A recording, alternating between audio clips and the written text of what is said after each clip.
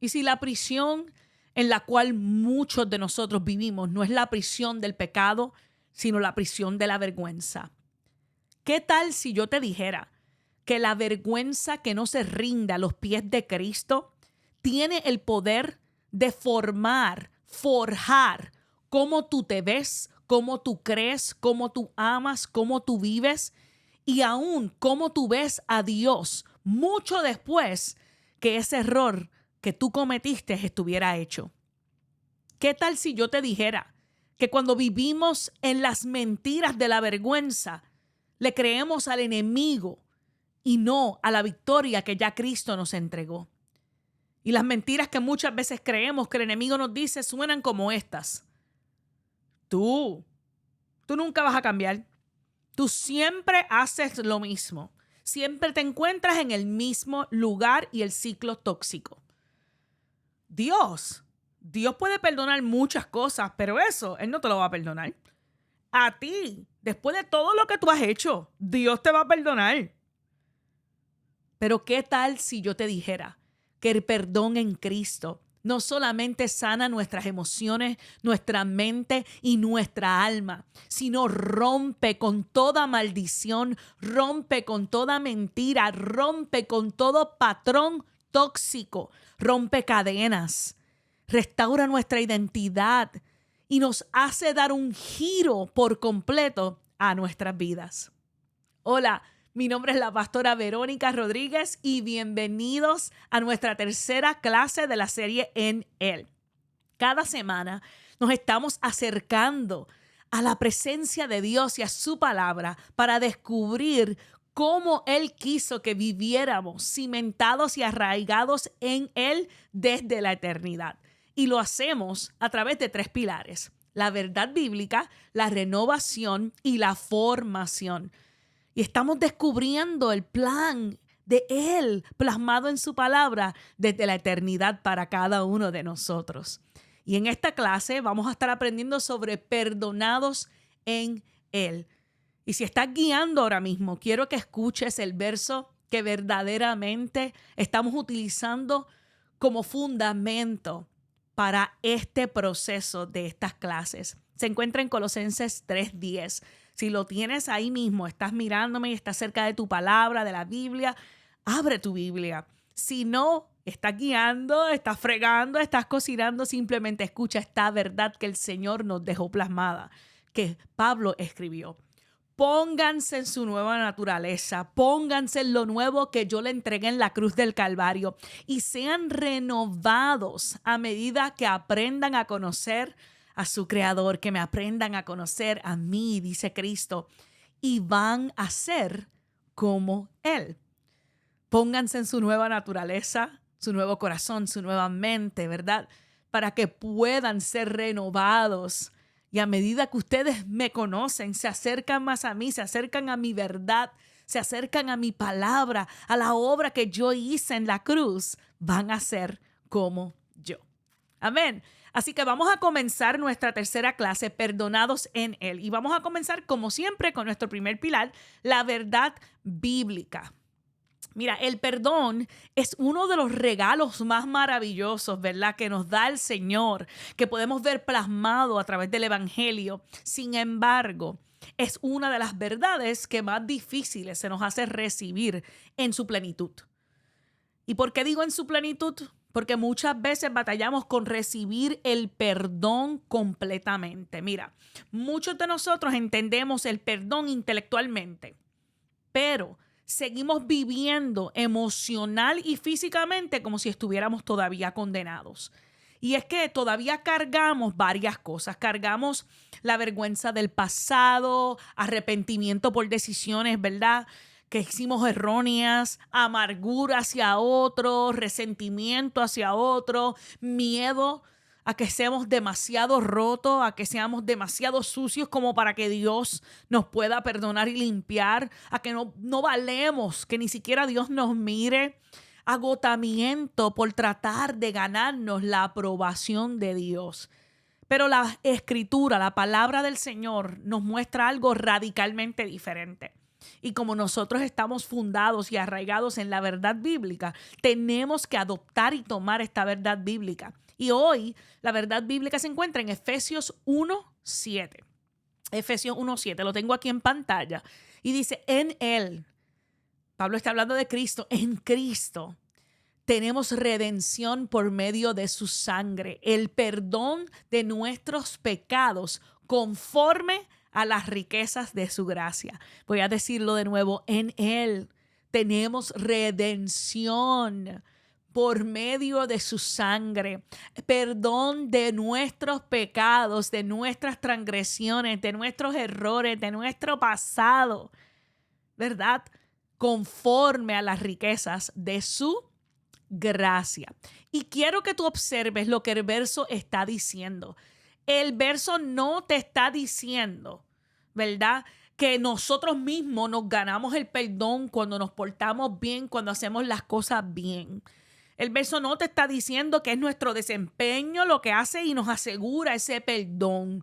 El verso no nos está diciendo que nacimos en la iglesia y vamos todos los días a la iglesia y nos criamos en la iglesia y nunca nos hemos apartado para ir para el mundo. So tenemos que tener ese perdón, no lo merecemos. Eso no es lo que el verso está diciendo. El verso está diciendo que es en Él, en Cristo. Así que el perdón no está basado en nuestra perfección, en tu perfección, en mi perfección. Está fundamentado, está basado en Jesús, en Cristo.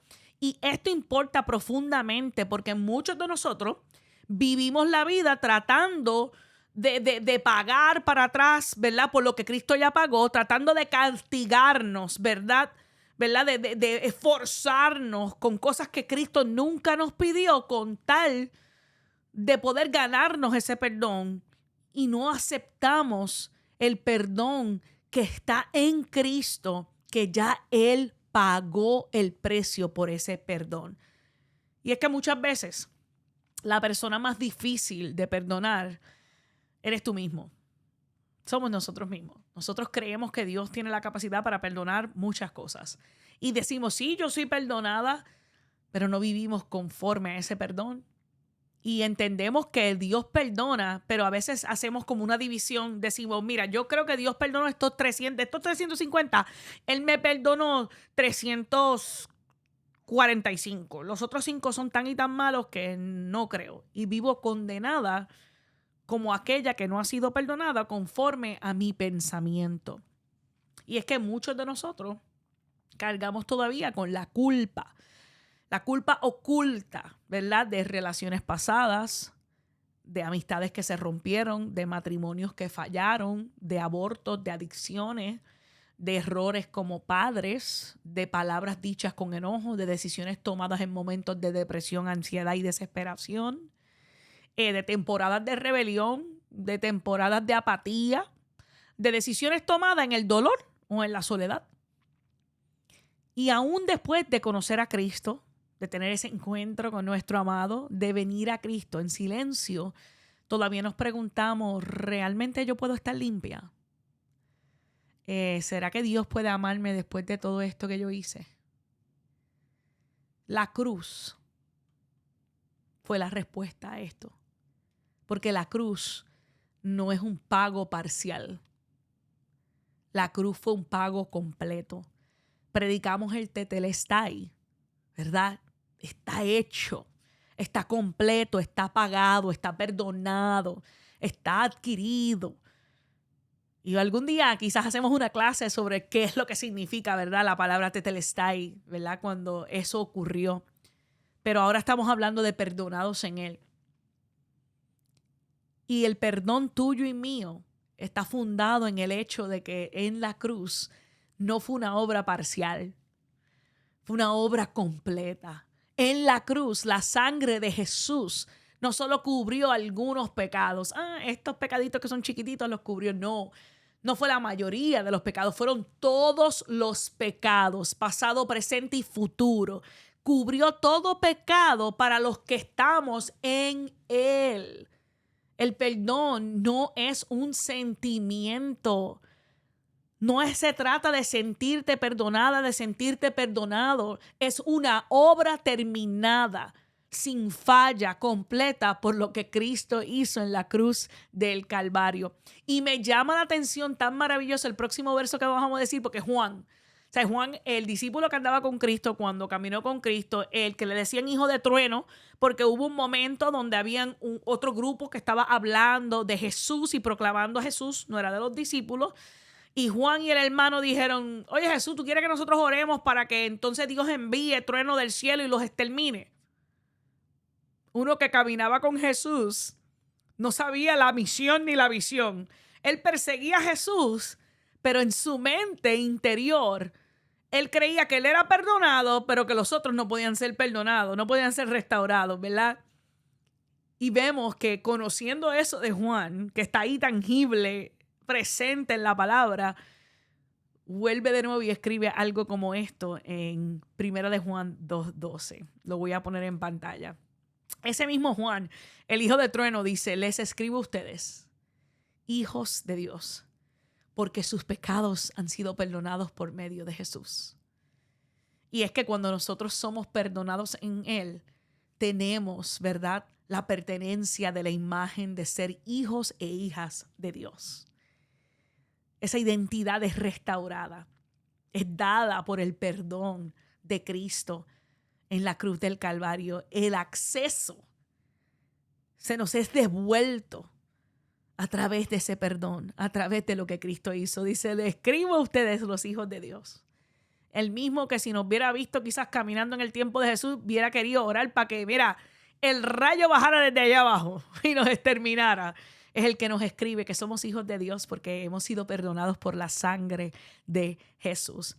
Y es importante que entendamos esto, que recibamos el perdón de Dios, porque el enemigo quiere mantenernos atrapados en ciclos de autocondenación. Y te estoy hablando de los pensamientos tuyos. Te estoy hablando de tu interior, ¿verdad? De ese ciclo de autocondenación, de la película que tú vuelves a poner constantemente. Porque ¿sabes lo que pasa? Que las personas que piensan y viven como si fueran condenadas tienen dificultad para caminar confiadamente en Dios, con Dios y en el llamado que Dios les entregó. Porque un condenado no cree que es libre. No cree lo que Dios dice. Entonces se le hace difícil, ¿verdad?, caminar en las obras, en la confianza, en la autoridad y el poder que Cristo le otorgó. Y por eso es que el enemigo quiere mantenerte en este ciclo de autocondenación. Porque el enemigo sabe que Dios ha decretado, declarado y escrito cosas sobre tu vida que Él tiene reservadas para ti. Y la falta de perdón es algo más que guardar rencor. La falta de perdón es aferrarse al dolor. Eres estar arraigado en el dolor y no en el Dios que te formó, que te creó y que te amó.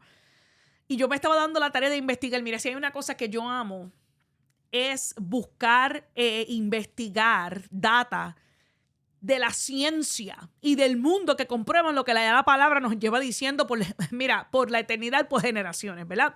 Y en esta ocasión encontré que el Washington Post entrevistó a más de 200,000 personas con respecto a los efectos de la falta de perdón y compararon la gente que vivía y practicaba el perdón. Y estos son los resultados de esa investigación. La investigación confirma lo que la Escritura ha enseñado por generaciones, que la amargura, el resentimiento, la falta de perdón, la vergüenza que no es resuelta, que no es sacada de por dentro, que no está fundada en verdad, afecta no solo la salud espiritual, sino la emocional, la relacional, la física e incluso la profesional. Los estudios muestran que las personas que luchan con falta de perdón tienen más probabilidades de experimentar varias de estas cosas. Voy a poner algunas en pantalla. Ansiedad y depresión, estrés crónico y agotamiento, trastornos de sueño, presión arterial, dificultad para confiar en otros, menor productividad, ¿verdad? Agotamiento laboral, lo que conocemos como el burnout. Están, quemados, que tú no quieres hacer nada, no te huelen ni las azucenas, dirían en Puerto Rico. Tienen conflictos relacionales y distancia emocional y tienen una menor satisfacción general con respecto a todos los elementos de la vida. En lo que se trata sobre las relaciones, la falta de perdón crea muros emocionales y puede hacer que las personas se retraigan, reaccionen de manera exagerada al conflicto, tengan dificultad en la intimidad y vivan en constante autoprotección, autosalvación. Con el tiempo, ese dolor, esa vergüenza que no es procesada correctamente, comienza a moldear la identidad. Escucha lo que pasa en las familias. Ellos cuando estudiaron también el elemento familiar. Dice, en las familias la amargura puede extenderse más allá del individuo y nosotros sabemos que eso nosotros conocemos. Maldiciones generacionales, conductas generacionales, conductas culturales, hábitos tóxicos que no son elementos de tu personalidad. No, es que papi era así, yo soy así. No. Tú tienes una nueva identidad en Cristo. Ahora tu identidad, tu perdón, tu vida, tu selección, el ser escogido es en Cristo. Y lo que hace es que se extiende más allá del individuo. Se extiende hacia la familia. El dolor emocional puede afectar matrimonios, crianza, amistades, incluso el ambiente de tu hogar. La falta de perdón endurece el corazón espiritualmente. Lo endurece. Mantiene a las personas ocupadas emocionalmente en el dolor. Alaba lo que vive. ¿Tú sabes lo que es eso? Que tú te mantengas ocupado en tu dolor. Que tú te mantengas ocupado en tu vergüenza. Que tú estés en ciclo constante en tu mente, preocupado por algo que ya Cristo resolvió. Qué maravilloso es nuestro Dios. Pero eso pasa. Y en el estudio dice, ¿verdad?, que la gente se mantiene ocupada emocionalmente en el dolor en lugar de soltar el dolor, soltar la vergüenza y habitar en alegría y paz. Y la Biblia nos advierte esto en Hebreos 12:15. Nos dice, cuídense de que nadie deje de alcanzar la gracia de Dios por ninguna raíz de amargura que brote y cause problemas. Te está diciendo que las raíces de amargura automáticamente crean división, problemas en el reino, y cuídate que no seas tú el que esté viviendo con esas raíces de amargura y así mismo hiriendo a las personas que muchas veces tú amas. Pero el perdón en él cambia más que nuestras emociones, cambia todas nuestras vidas. Ese mismo estudio global del Washington Post, con esas 200,000 personas, encontraron que quienes practicaban el perdón consistentemente reportaban un mayor bien emocional, un bienestar de familia mejor, de felicidad, menos estrés y un mayor sentido de propósito. Y hay algo que es bien claro, el perdón no excusa el dolor. Nosotros podemos perdonar porque Cristo nos dijo, como yo te perdoné, yo quiero que tú perdones a los demás. Y nos está enseñando que el perdón que nosotros podemos otorgar no se basa en nosotros, no está fundado en nosotros, está fundado en Él. Que Él nos va a ayudar, ¿verdad? Que Él está con nosotros cuando nosotros estamos procesando, no solamente recibiendo su perdón, pero dando el perdón, mostrando el perdón. Porque el perdón no excusa el dolor, no excusa tus errores, no excusa, ¿verdad?, lo ocurrido, no borra lo que pasó. Ni niega la injusticia, ni niega los errores, ni niega el pecado. Pero cuando vivimos perdonados en Cristo, todo eso es cubierto por su sangre. Y Él sana nuestra vida para nosotros poder otorgar ese mismo pecado y sanar y soltar esas personas también de nuestras vidas. Y es que vivir perdonado en Cristo no es fácil. Nosotros sabemos que no es fácil, pero es una obra sagrada que el Rey de Reyes y Señor de Señores hace en nuestras vidas para poder continuar reflejando su imagen, su poder, su misericordia y su gracia a través de nosotros que somos vasijas. El vivir perdonados en Él no es fácil, es una obra sagrada y es el camino a la plenitud en Cristo. Mira lo que dice Proverbios 17:9. Y amo este versículo. Dice, el amor prospera cuando se perdona la falta.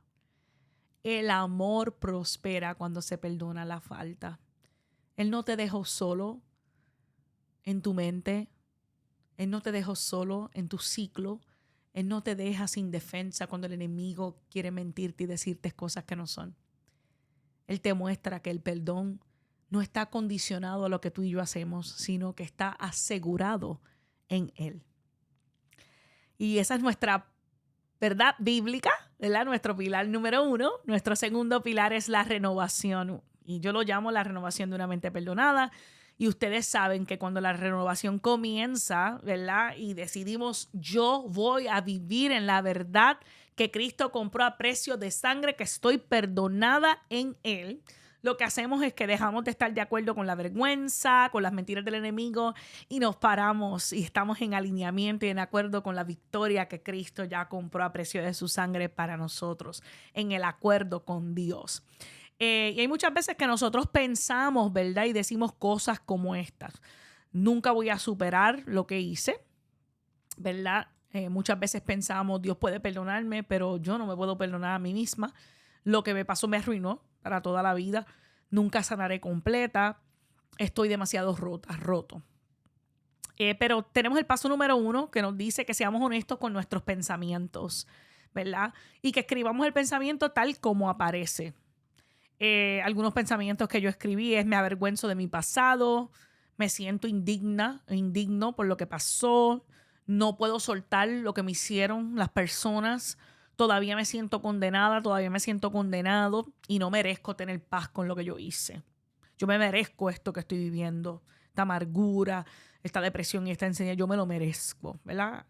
Escribe los pensamientos tal y como son, porque Dios nos da espacio para nosotros lamentar, para nosotros expresarnos en su presencia, ¿verdad? Lo segundo, como siempre hacemos en medio de nuestro proceso, es examinar la raíz. Tenemos que examinar la raíz de esa reacción, de esos pensamientos. ¿Esta es la voz de Dios o esta es la voz de la vergüenza hablándome? ¿Esta es la condenación, verdad? ¿O es la escritura que me está hablando? Si Jesús ya pagó por esto, ¿por qué estoy yo cargando con esto? Estoy retenido, estoy detenido por algo que ya Dios quitó de mí, que ya Dios resolvió. Quiero meter las manos a pagar por algo que ya Dios pagó a precio de su sangre, ¿verdad? Y aquí quiero hacer un paréntesis bien importante porque hay algo que se asimila, ¿verdad? Que parece similar. La convicción y la condenación pueden parecer similares, ¿verdad? Pero tenemos que identificar en medio de cómo se sienten similares la fuente de dónde viene y los resultados y los frutos que producen. Por ejemplo, la condenación y la convicción nos llevan a direcciones distintas. La convicción es la obra del Espíritu Santo. Trae conciencia de pecado, pero siempre con el propósito de restauración, de volvernos a la casa del Padre. Es específica, es suave y nos llena de esperanza, nos llena de amor, ¿verdad? Nos dice, esto que tú estás haciendo, esto que tú estás pensando no está alineado con quien tú eres en Cristo. Ojo, y ten cuidado. Vuelve, ven, arrepiéntete. Yo te voy a restaurar. Ven, créeme a mí, no lo hagas, ¿verdad? La condenación, en cambio, no viene de Dios. Viene ¿de qué? Del acusador, porque está basada en la vergüenza y la acusación. Es vagada, no está clara, está llena de confusión, es pesada y lo que hace es que ataca a la identidad. No habla, ¿verdad? La convicción habla nuestra identidad, nos recuerda quiénes somos en Cristo, nos recuerda lo que Cristo hizo en la cruz del Calvario, más la condenación ataca la identidad y nos dice, tú eres lo que tú haces. ¿Ah? Tú estás descalificado. A ti nadie te quiere. Esas promesas que Dios dijo, eso no era nada. Nunca se va a poder cumplir en tu vida. Tú nunca vas a cambiar. Tú seguirás siendo el mismo, seguirás siendo la misma. Estás... eso que tú hiciste ahora, volviste otra vez a hacer lo mismo. Tú no cambias, muchacha. Tú no cambias, muchacho. La condenación te aleja de Dios. Te hace buscar refugio en personas. Te hace buscar refugio en cosas peores, pero la convicción te atrae a la casa del Padre. La convicción conduce a la vida. La condenación conduce al aislamiento, a la soledad. Y es por eso que es importante reconocer, ¿verdad? La convicción y la condenación. El paso número 3 en medio de nuestro proceso y marco de renovación siempre es el mismo, ¿verdad? Tenemos que reescribir, reemplazar el pensamiento con la verdad de Cristo. La verdad es lo que persevera. Por ejemplo, cuando yo batallo con estas cosas, con la inseguridad, ¿verdad? Cuando batallo con la culpa muchas veces, con el dolor y estas cosas, yo lo que hago es que busco la palabra del Señor, ¿verdad? Cuando el enemigo me condena de algo, yo digo Romanos 8:1, ahora pues ninguna condenación hay para los que están en Él, en Cristo Jesús. Salmo 103:12 que dice, cuán lejos está el occidente del oriente, así hizo alejar de nosotros nuestras rebeliones, nuestros pecados. Si confesamos nuestros pecados, Él es fiel y justo para perdonarnos. Primera de Juan 1:9. Y el que está en Cristo, nosotros sabemos que es nueva criatura. Todas las cosas viejas pasaron y aquí todas son hechas nuevas. Segunda de Corintios 5:17. Yo me repito esas verdades, me las repito, porque la repetición renueva la mente y restaura nuestra identidad, fortalece nuestra fe. Ejemplo, cuando yo pasé por un ataque, ¿verdad? Cuando pasé por un ciclo tóxico de culpa, lo que yo me decía era Romanos 5:20. Me decía, mi pasado no es mayor que la gracia de Dios. Mis errores no son más grandes que la gracia de Dios. Donde el pecado abundó, sobreabundó la gracia. Romanos 5:20. Ese es el marco de nuestra renovación. Y ahora vamos a pasar entonces a lo que nosotros llamamos nuestra formación de vivir perdonados, perdonadas en Él. Solo número 1 que hacemos es orar para soltar, no para resolución. Orar para soltar, ¿verdad? Tenemos que ser claros, tenemos que orar con honestidad cuando estemos pasando por la ira, por la traición, por el miedo, por la amargura, por la desconfianza, por la culpa. Tenemos que venir con honestidad a la presencia de Dios y decirle, Señor, ayúdame, Espíritu Santo. Tengo ira, tengo traición, siento miedo, tengo amargura en mi corazón, desconfianza, límpiame. ¿Verdad? Porque el perdón muchas veces es un acto repetido de rendición. Y cuando nosotros nos rendimos, el Señor nos enseña y nos entrena para establecer límites saludables y santos. ¿Y por qué dije saludables y santos? Porque hay mucha gente diciéndote que pongas boundaries en relaciones. ¿Verdad? Los famosos boundaries. Que son límites, ¿verdad? En medio de las relaciones. Pero mucha gente pone límites para protegerse ellos y para no cambiar. Mucha gente pone límites que Dios no le ha dicho que ponga. Entonces se preguntan por qué se siguen sintiendo como se están sintiendo. Por eso es que te digo que este proceso es sagrado y que nosotros tenemos que venir y orar para soltar y no para resolver, no para suprimir nuestras emociones, sino para rendirlas en la cruz del Calvario ante la presencia de Dios. Porque nosotros no podemos escondernos de Dios. Dios ve todo, lo que pensamos, lo que sentimos. Y lo que Él quiere es que nosotros lo traigamos para que Él pueda darnos entonces la guianza de su espíritu, la sabiduría para poder establecer límites que sean santos, sagrados y saludables, ¿verdad? Como los estableció Cristo. Perdonar no siempre significa restaurar el acceso, ¿verdad? Perdonar no significa siempre restaurar el acceso con personas. Cristo restauró el acceso entre el Padre y tú. Pero cuando tú estás perdonando a personas, especialmente porque Dios conoce que quizás esas personas no van a cambiar, que esas personas van a seguir dando lo mismo, van a seguir siendo así, pues el acceso para Él poder trabajar de lleno con las personas en medio de la situación, Él entonces te guía en su santidad, en su sabiduría, ¿verdad? Establece límites que son saludables, santos, ¿verdad? Y sagrados. Y entonces tú puedes seguir, ¿verdad? Viviendo como perdonado, como perdonada y extender también ese perdón cuando establecemos esos límites saludables y santos. Jesús lo hizo también. Jesús no rechazó a nadie, pero Jesús discernía lo que había en el corazón de las personas. Y al discernir lo que había en el corazón de las personas es que tú en ese momento... a mí una de las cosas que más me impacta de Jesús fue cuando él estaba haciendo un montón de milagros y él le dijo a sus discípulos, vámonos que tenemos que ir para otro lugar. Hoy en día, en el lugar donde tú estás siendo exitoso y estás haciendo milagros, tú no te quieres de ir, ¿verdad? Hoy en día tú te quedas ahí, pero Jesús conocía y discernía lo que estaba pasando.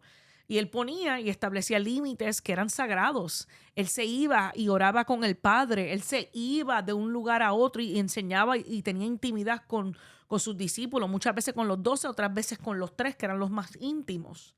Él mostraba milagros a los 3 que eran más íntimos y eso da mucho que decir. Que hay límites que a veces nosotros ponemos, que el Señor nos guía a través de esos límites porque son sagrados, son santos y son saludables, ¿verdad? Y tenemos que venir donde el Señor. No puede ser nosotros estableciendo esos límites. Tiene que ser Él el que nos guía.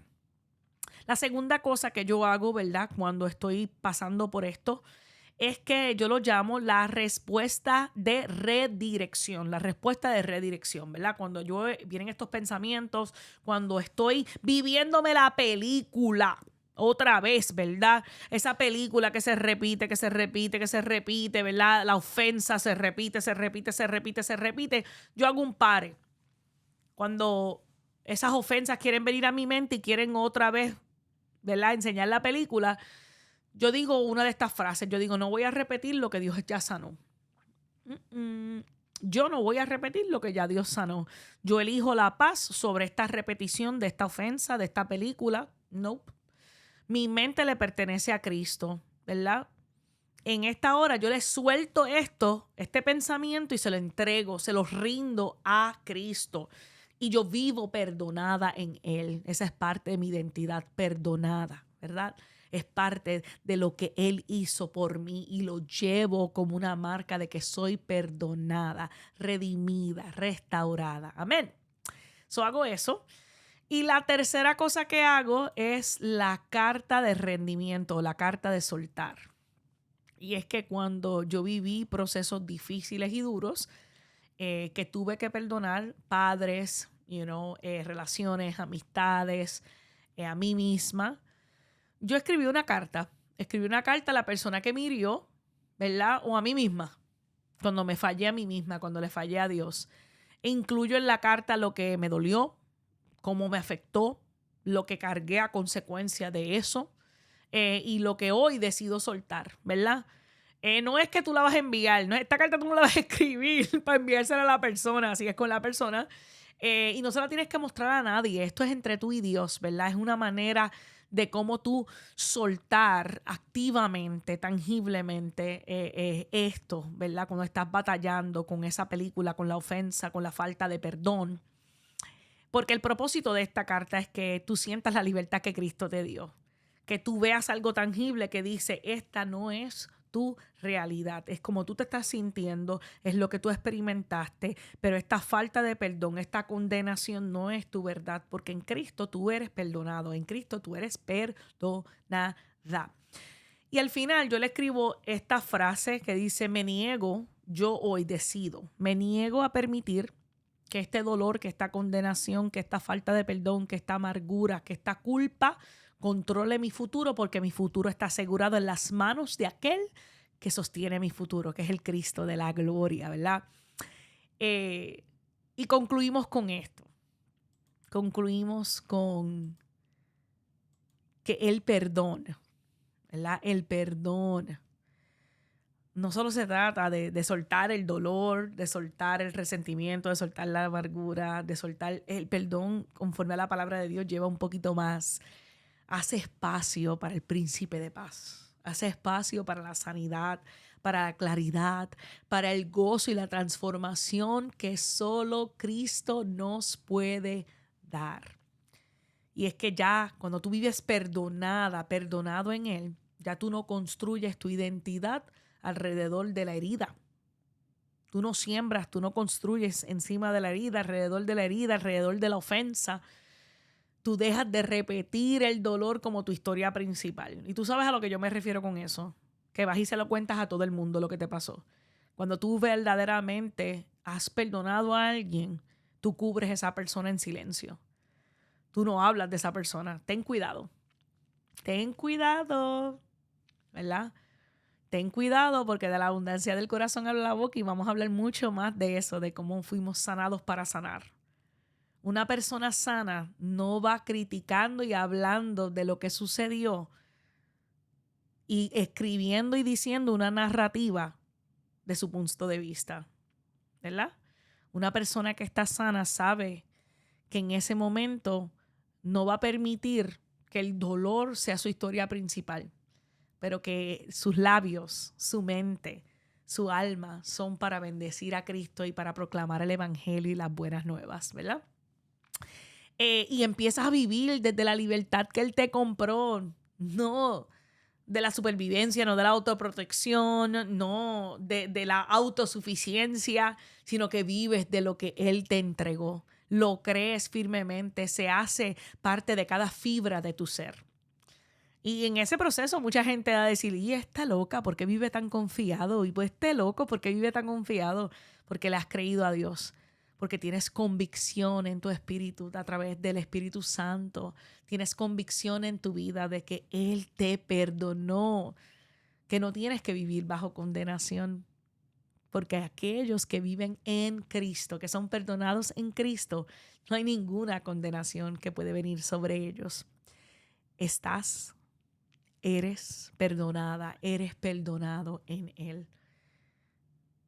Y si este mensaje resonó contigo, te tocó la fibra de tu corazón, yo quiero que hagas una de estas dos cosas. Número 1, que comentes abajo cómo esto cambió tu vida, que si implementas alguna de estas prácticas, danos el testimonio. Si no lo quieres enviar por aquí, yo te puedo compartir un formulario donde puedes compartirlo y nosotros nos aseguramos de compartirlo con todas las personas que están aquí, ¿verdad? Como testimonio. Pero que digas y declares proféticamente, soy perdonada en Él, soy perdonado en Él. Decláralo sobre tu vida. Y segundo, que compartas esto con alguien, ¿verdad? Que está cargando con la culpa, cargando con la vergüenza, cargando con esa falta de perdón, cargando con esa condenación. Y que puedan saber que son perdonados en Cristo. Dios te bendiga un montón y nos vemos para la clase número 4. Bye.